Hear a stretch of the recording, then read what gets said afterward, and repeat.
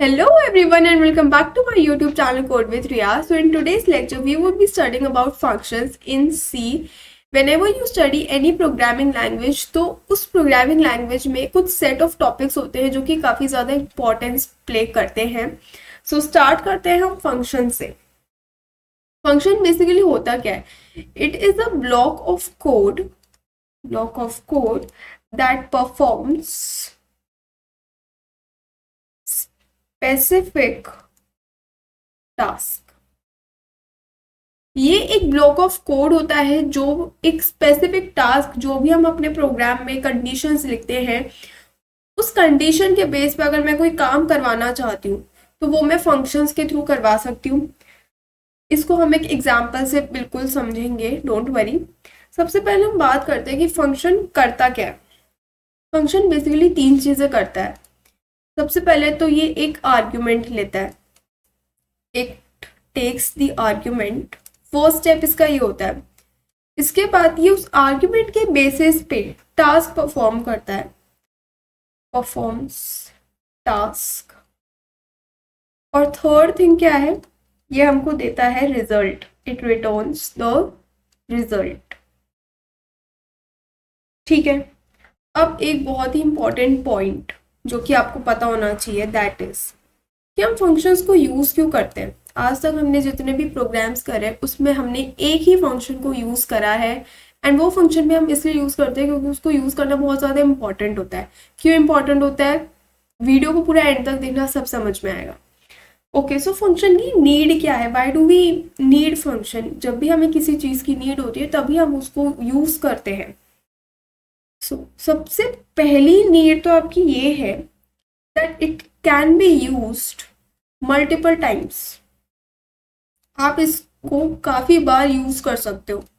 अगर आपने एक प्रोग्राम के अंदर एक कोड लिखा है, आपको सेम टू सेम फंक्शन, आपको सेम टू सेम कोड किसी दूसरे प्रोग्राम के अंदर लिखना है तो आप वहीं से उसको लिख सकते हो.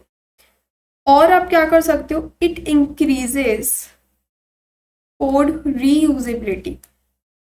It increases code reusability. For example, मैंने यहाँ पे एक प्रोग्राम लिखा, हो सकता है कि यहाँ पे जो मैंने कोड लिखा ये मुझे यहाँ पे भी चाहिए. तो अब बजाय कि मैं दोबारा से इस पूरे कोड को लिखूँ, मैं सिंपली एक फंक्शन कॉल करवा सकती हूँ जो कि इस पे भी जाएगा और इस पे भी आएगा. तो मेरा टाइम भी सेव होता है और कोड की रीयूजेबिलिटी भी बढ़ जाती है. ओके, अब बात करते हैं सिंटैक्स की. फंक्शंस के सिंटैक्स की. बेसिकली इसके 3 सिंटैक्स होते हैं. तीनों के बारे में आपको पता होना चाहिए. सबसे पहले जो हम बात करते हैं that is function declaration. Function declaration. Function declaration का क्या मतलब होता है, मैं तीनों लिख देती हूँ एंड तीनों के अंदर मैं आपको डिफ्रेंशिएट करके समझाऊंगी. Function definition and the third one is function calling. तो सबसे पहले हम बात करते हैं फंक्शन डिक्लेरेशन की. जब भी मुझे कोई भी फंक्शन बनाना होता है, डिक्लेयर करना होता है, तो सबसे पहले आप लिखते हो उसका डेटा टाइप. मैंने यहाँ पे वॉइड लिया है. वॉइड क्या करता है, कोई भी रिटर्न, कुछ भी रिटर्न नहीं करता है. इंट के केस में हम रिटर्न 0 लिख रहे होते हैं, बट वॉइड के केस में हम रिटर्न 0 को इंक्लूड नहीं करते हैं. वॉइड लिखा एंड यहाँ पे कोई भी फंक्शन जो मैं बनाना चाहती हूँ, फॉर एग्जाम्पल मैं बना रही हूँ हेलो. हेलो यहाँ पर एक फंक्शन है, इसको आपको यहाँ पे ये ब्रैकेट्स लगाने होते हैं एंड साथ ही साथ ये सेमीकोलन भी लगाना इम्पॉर्टेंट होता है. Now moving to function definition. ये अभी इस पे मैं दोबारा आऊंगी, इसको मैं समझाऊंगी अच्छे से. फंक्शन डेफिनेशन के अंदर आप क्या करते हो, फॉर एग्जाम्पल आपने लिखा वॉइड हेलो एंड इसके अंदर आपने प्रिंट कराया, प्रिंट एफ लिखेंगे हेलो वर्ल्ड. आपने ये प्रिंट करवा दिया. ये आपका हुआ फंक्शन डेफिनेशन. मतलब आपने जहाँ पे फंक्शन बनाया उसके अंदर आपने एक स्टेटमेंट को भी प्रिंट करवाया है. अब बात करते हैं फंक्शन कॉलिंग की. फंक्शन कॉलिंग में बेसिकली जो आपके पास इंट मेन फंक्शन होता है उसके अंदर आप क्या लिखते हो, फंक्शन लिखते हो. फॉर एग्जाम्पल मैंने लिखा हेलो एंड यहाँ पे रिटर्न 0. इसका क्या मतलब है, फंक्शन कॉलिंग से स्टार्ट करते हैं.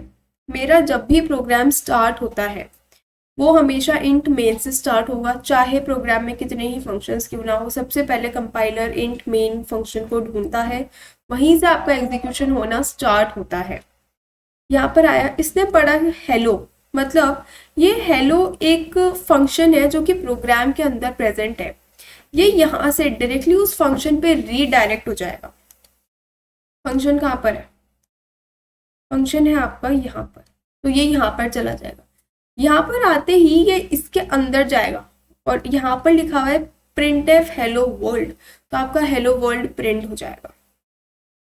इसको हम बोलते हैं फंक्शन कॉलिंग। एक फंक्शन के अंदर मैंने दूसरा फंक्शन लिखा एंड देन मैंने उसको कॉल लगाया, वॉइड हेलो, एंड उसके बाद ये सेमीकोलन का क्या मतलब है? अगर मैं अपना प्रोग्राम लिख रही हूँ, फॉर एग्जाम्पल मैंने यहाँ से अपना प्रोग्राम लिखना स्टार्ट करा, यहाँ मैंने लिखी हेडर फाइल एंड देन मैंने लिखा void hello brackets semicolon, and इसके बाद मैंने अपना इंट मेन लिखा, मैंने अपने इंट मेन को ऐसे ख़त्म करा एंड देन मैं वापस आती हूँ वॉइड हेलो पे। अब इसका मतलब क्या है? जब मुझे वॉइड हेलो नाम का फंक्शन नीचे लिखना ही था तो मुझे ऊपर लिखने की ज़रूरत ही क्या है? ऐसा क्यों? क्योंकि जब भी आपका प्रोग्राम रीड होता है वो टॉप टू बॉटम रीड होता है। सी में आपने पढ़ा that it is a top to bottom approach. फिर जब ऊपर से नीचे आता है तो कंपाइलर को ये पता चल जाता है कि पूरे प्रोग्राम के अंदर एक वॉइड हेलो नाम का कोई फंक्शन आने वाला है। बोलता है ठीक है, आ जाने दो। अगर आप इस लाइन को इंक्लूड नहीं करते हो तो चाहे आपने जितने ही फंक्शंस क्यों ना इंक्लूड कर रहे हो, वो इंट मेन के आगे बढ़ेगा ही नहीं। इन शॉर्ट आप किसी और फंक्शन पे जा ही नहीं पाओगे। सो ये बेसिकली आपके कंपाइलर को बताने के लिए होता है कि इस नाम का फंक्शन मैंने इस प्रोग्राम के अंदर यूज़ करा है, तो अगर मैं आपको रीडायरेक्ट करूँ तो आप वहाँ पर जा सकते हो। इसको तो हम बोलते हैं कि डायरेक्टली यहाँ पर आना। अगर मैं इंट मेन के अंदर जो फंक्शन लिख रही हूँ वो है हेलो, जब भी हम फंक्शन के अंदर फंक्शन लिखते हैं तो हम यहाँ पे डेटा टाइप को नहीं लिखते हैं क्योंकि ये डायरेक्ट कॉलिंग होती है। जैसे उसने पढ़ा हेलो तो वो डायरेक्ट इस पे आ जाएगा। जहाँ पर आपका हेलो फंक्शन है उसके अंदर आपने जो भी स्टेटमेंट्स लिख रखे होंगे वो प्रिंट हो जाएंगे। और बेटर समझना है तो हम एक एग्जाम्पल करते हैं, उससे और ज़्यादा चीज़ें क्लियर हो जाएंगी आपको। तो हम यहाँ पे अपना प्रोग्राम लिखना स्टार्ट करते हैं। Hash include stdio.h। अब यहाँ पे मैं एक ऐसा प्रोग्राम लिख रही हूँ, क्वेश्चन मैं आपको एक्सप्लेन कर देती हूँ। पहले मैं यूज़र से एक नंबर को इनपुट करवाऊंगी। अगर वो नंबर जो इनपुट करता है वो एक इवन नंबर है तो फिर एक फंक्शन पे ये रीडायरेक्ट होगा, दैट इज इवन। और अगर वो नंबर एक ऑड नंबर है तो वो एक ऑड नाम के फंक्शन पे रीडायरेक्ट होगा। तो उसके लिए मुझे एक इवन नाम का फंक्शन भी बनाना पड़ेगा और एक और नाम का फंक्शन भी बनाना पड़ेगा, जो कि मुझे यहीं पे क्या करना पड़ेगा? यस, डिक्लेयर करना पड़ेगा। तो सबसे मैं यहाँ पे वॉइड ही डेटा टाइप ले रही हूँ, वॉइड इवन सिंपल रखते हैं एंड यहाँ पे हम लिखते हैं वॉइड ऑड। इसके बाद हम लिखते हैं इंट मेन एंड यहाँ पे हम अपना प्रोग्राम लिखना स्टार्ट करते हैं। सबसे पहले मैं एक नंबर को इनपुट कराऊंगी यूज़र से, तो यहाँ पे एक इंट n बना लेते हैं, वो नंबर। स्टेटमेंट प्रिंट करवाएंगे, print F enter the number, enter number लिख देते हैं, एंटर नंबर। यहाँ पे ये स्कैन एफ में वैल्यू को एंटर करवा लेंगे हम, %t यहाँ पे। अब यहाँ पे हम इफ़ कंडीशंस को भी यूज़ करने वाले हैं। मेक श्योर यहाँ तक अगर आप आए हो तो आपको पीछे वाला जितना भी पढ़ाया है वो सब कुछ ऑन टिप्स होना चाहिए, सब कुछ आता होना चाहिए, लूप्स लगाना आना चाहिए, इंस्ट्रक्शंस आने चाहिए, कंडीशंस किस तरीके से लगाते हैं ये भी आना चाहिए। तो यहाँ पे मैंने लिखा इफ़। अब जो भी नंबर यूज़र एंटर करता है अगर वो एक इवन नंबर है तो जाहिर सी बात है अगर मैं उसको 2 का मॉड देती हूँ तो उसका रिमाइंडर मुझे 0 मिलता है। तो मैंने लिखा n mod 2 is equal 0 and यहाँ पे हमने लिखा अगर ये कंडीशन ट्रू होती है तो मेरा कौन सा वाला फंक्शन प्रिंट होना चाहिए? इवन फंक्शन पे मैं जानी चाहिए। इवन हम कुछ इस तरीके से लिखेंगे, डायरेक्ट कॉलिंग करेंगे। ये यहाँ पे ख़त्म। एल्स अगर ऑड नंबर हुआ तो फिर हमारा और फंक्शन कॉल हो जाएगा। यहाँ तक तो क्लियर होगा आपको। एंड यहाँ पे फिर हम लिखते हैं return 0 to end our int main function. अब यहाँ पे नीचे हम अपना void even लिखेंगे एंड void odd फंक्शन भी लिखेंगे, void even। अब यहाँ पे एक्चुअली में हम उस फंक्शन को डेफिनेशन प्रोवाइड कर रहे हैं।